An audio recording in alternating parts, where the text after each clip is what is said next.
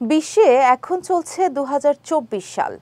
তবে এমন একটি দেশ আছে যেখানে গেলে আপনি দেখবেন সেখানকার ক্যালেন্ডারের পাতায় লেখা ২০১৭ সাল, অর্থাৎ তাদের ওখানে চলছে ২০১৭ সাল।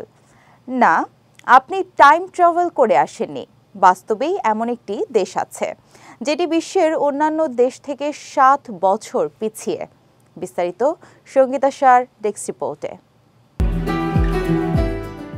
সময় দ্রুত চলে যায়, কিন্তু পৃথিবীতে একটা জায়গা আছে যেখানে সময় পুরো পৃথিবীর সময়ের থেকে পিছিয়ে, যেন এখানেই সময় থেমে গেছে। সেই দেশটি হলো ইথিওপিয়া।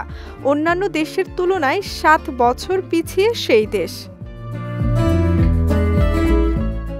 ইথিওপিয়ান ক্যালেন্ডারে ১২ নয় ১৩ মাস রয়েছে। সেখানকার ক্যালেন্ডার বাকি বিশ্বের থেকে ৭ বছর ৩ মাস পিছিয়ে। এখানে শেষ মাসকে বলা হয় পাইগুম, যা মাত্র ৫ বা ৬ দিনের। একটি প্রতিবেদনে বলা হয়েছে এই শেষ মাসটিতে কয়েকটি দিন জুড়ে দেয়া হয়েছে, যে দিনগুলো কোনো কারণে বছরের গণনায় অন্তর্ভুক্ত হয়নি। ইথিওপিয়া এখনও তার প্রাচীন ক্যালেন্ডার ব্যবহার করছে। এখানকার লোকজন তাদের সেই ক্যালেন্ডারের কারণে ১১ সেপ্টেম্বর ২০০৭ তারিখে নতুন শতাব্দী উদযাপন করেছিল।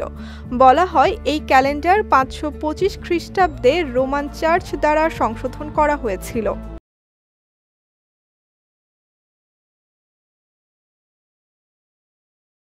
বিশ্বের অধিকাংশ দেশ গ্রেগরিয়ান ক্যালেন্ডার অনুসরণ করে। ইথিওপিয়া তার নিজস্ব ক্যালেন্ডার সিস্টেম অনুসরণ করে।